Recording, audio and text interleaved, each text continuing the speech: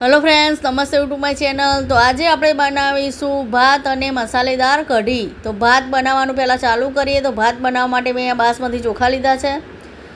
તો ભાત બનાવવા માટે પહેલાં આપણે ઓસામણ મૂકી દઈશું। તેના માટે આપણે તપેલીમાં પાણી એડ કરીશું। તમારે છૂટા છૂટા ભાત બનાવવા માટે તમારે વધારે જ પાણી એડ કરવાનું છે। આપણે ઓસાઈને બનાવવાના છે એટલે જેટલા ચોખા હોય ને એનાથી ડબલ આપણે પાણી લઈશું। હવે પાણીમાં આપણે મીઠું એડ કરીશું અને તેલ એડ કરીશું। હવે આ પાણીને આપણે ઉકળવા દઈશું। જ્યારે પાણી ઉકળે ને ત્યારે જ ચોખાને અંદર એડ કરવાના છે, નકર જો તમે પહેલાં ચોખા અંદર એડ કરશો ને તો ચોખા પાણી પી જશે અને એકદમ ઢીલા ચોખા બનશે, સારા છૂટા છૂટા નહીં બને। એટલે પાણીને આપણે પહેલાં આ રીતે ઉકળવા દઈશું। પછી અહીંયા જો મેં ચોખાને ધોઈ નાખ્યા છે। હવે આપણે બાસમતી ચોખાને આ રીતે એડ કરી દઈશું। તો જુઓ કેટલું પાણી છે અને કેટલા ચોખા છે। આપણે જેટલા ચોખા હોય ને એનાથી ડબલ ઘણું પાણી લેવાનું છે, જેથી આપણા ચોખા પાણી પી ના જાય અને સરસ છૂટા છૂટા બને। પછી આ રીતે મિક્સ કરતું જવાનું છે અને જોતું જવાનું છે, જેથી ચોખા આપણા વધારે ના ચડી જાય। તો આ રીતે મિક્સ કરતું રહેવાનું અને ચોખાને જોતું રહેવાનું છે થોડી થોડી વાર માટે। તો આ રીતે જુઓ, આ રીતે તમે ભાત બનાવો ને તો ભાત એકદમ સરસ છૂટો છૂટો ભાત તૈયાર થાય છે અહીંયા, અને ખાવામાં બી સરસ લાગે છે। તો જો હજી ચોખા કાચા છે આપણા, તો આને થોડા હજી ચડવા દઈશું। આ રીતે તમે ઓસાઈને ભાત બનાવો ને તો ભાત એકદમ સરસ તૈયાર થાય છે। તો જો સરસ આપણા ભાત ચડી ગયો છે, સરસ ચોખા ચડી ગયા છે। જો હું તમને બતાવી દઉં, જો સરસ જો ચોખા ચડી ગયા છે ને કેવા સરસ છૂટા છૂટા તૈયાર થયા છે। એક એક દાણો છૂટો છૂટો તૈયાર થાય છે અહીંયા ભાતનો। તો હવે આપણા ભાત તૈયાર છે, તો હવે આપણે આને કાઢી લઈશું। તો આપણે અહીંયા કાણાવાળું વાસણ લઈશું અને આ રીતે બધું પાણી ભાતનું કાઢી લઈશું। તો જુઓ આ રીતે બધું પાણીને કાઢી લઈશું। તો જો તમે જોઈ શકો છો કે કેવા સરસ છૂટા છૂટા ભાત અહીંયા તૈયાર થયા છે। જુઓ ખાવામાં બી એકદમ સરસ લાગે છે। તમે બાસમતી ચોખા નહીં, તમે પેલા જીરાસર ચોખાનો પણ આ રીતે ભાત બનાવો ને તો એ પણ સરસ આ રીતે છૂટો છૂટો જ તૈયાર થાય છે। અને તમારે પુલાવ બનાવવો હોય ને, પુલાવમાં તમે આવો ભાત બનાવીને તમે ફ્રીજમાં મૂકીને સાંજે પુલાવ બનાવો ને તો પુલાવ પણ એકદમ સરસ છૂટો છૂટો પુલાવ તૈયાર થાય છે, છૂટા છૂટા ચોખાવાળો। જો આપણો ભાત અહીંયા તૈયાર થઈ ગયો છે। તો જુઓ કેવો સરસ ભાત બન્યો છે। આ રીતે તમે બનાવજો, ચોક્કસથી સરસ ભાત બને છે। હવે આપણે કઢીને બનાવી દઈએ। તો કઢી બનાવવા માટે મેં અહીંયા છાશ લીધી છે। છાશમાં થોડું પાણી એડ કરીશું। તમારે છાશની જગ્યાએ તમારે દહીં લેવું હોય તો તમે દહીં વલોઈને પણ છાશ કઢી બનાવી શકો છો। તો હવે અહીંયા મેં 2 ચમચી ચણાનો લોટ એડ કર્યો અને પછી આ રીતે મિક્સ કરી નાખ્યો ચણાના લોટને છાશમાં।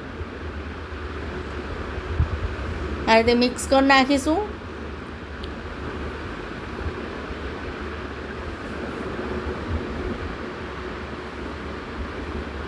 અને હવે કઢીને વઘારી દઈશું। તો કઢી વઘારવા માટે આપણે કઢાઈમાં તેલ એડ કરીશું।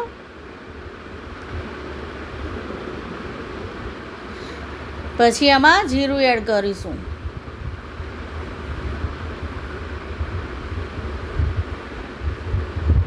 કઢીમાં તમે જીરાનો વઘાર કરો ને તો જીરાનો વઘાર એકદમ ટેસ્ટી અને સરસ લાગે છે। કઢી પણ સરસ બને છે। તો જુઓ જીરું અહીંયા આપણું સતળાઈ ગયું છે।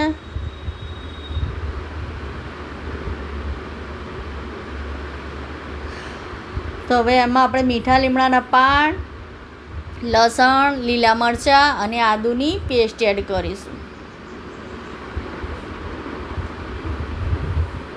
કઢીમાં આ 4 વસ્તુ તો હોવી જ જોઈએ, તો જ કઢી એકદમ ટેસ્ટી ફૂલ બને છે અને સરસ બને છે। હવે આપણે જે છાશનું અને ચણાનું લોટનું બેટર બનાવ્યું હતું તે એડ કરી દઈશું। હવે આને એકદમ ઉકળવા દઈશું। જેથી કઢી આપણી સરસ તૈયાર થઈ જાય.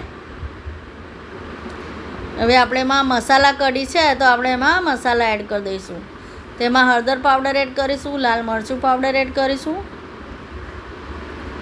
મીઠું એડ કરીશું, ધાણા જીરું પાવડર એડ કરીશું,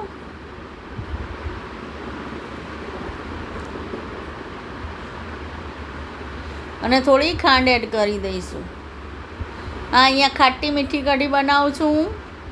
તમારે એકલી ખાટી બનાવવી હોય તો તમે ખાંડને સ્કીપ બી કરી શકો છો. પછી આ રીતે બધા મસાલાને આપણે કઢીમાં મિક્સ કરી નાખીશું અને આને સતત ઉકળવા દઈશું કઢીને. આના 2-3 ઉકાળા આવવા દઈશું આપણે. કઢી આપણી સરસ તૈયાર થઈ જાય. તો જો અહીંયા સરસ આપણી કઢી ઉકળી ગઈ છે. જુઓ સરસ આ રીતે બનાવો ને સરસ મસાલા કઢી અહીંયા તૈયાર થાય છે.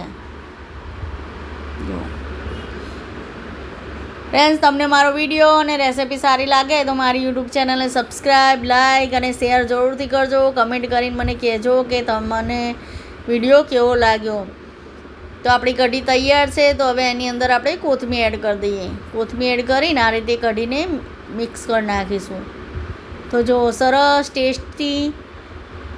ટેસ્ટફુલ મસાલા કઢી અહીંયા તૈયાર છે. કઢી અને ભાત પણ તમે જોયો કેવો સરસ છૂટો છૂટો બન્યો છે અને કઢી પણ સરસ ટેસ્ટી બની છે. એકદમ ટેસ્ટી કઢી બની હતી. તો અહીંયા કઢી ભાત આપણો તૈયાર છે. આ રીતે તમે ચોક્કસથી બનાવજો. કઢી ભાત ખૂબ સરસ બને છે. તમને મારો વિડીયો સારો લાગે તો મારી ચેનલને સબસ્ક્રાઈબ કરજો. તો જય મા લક્ષ્મી.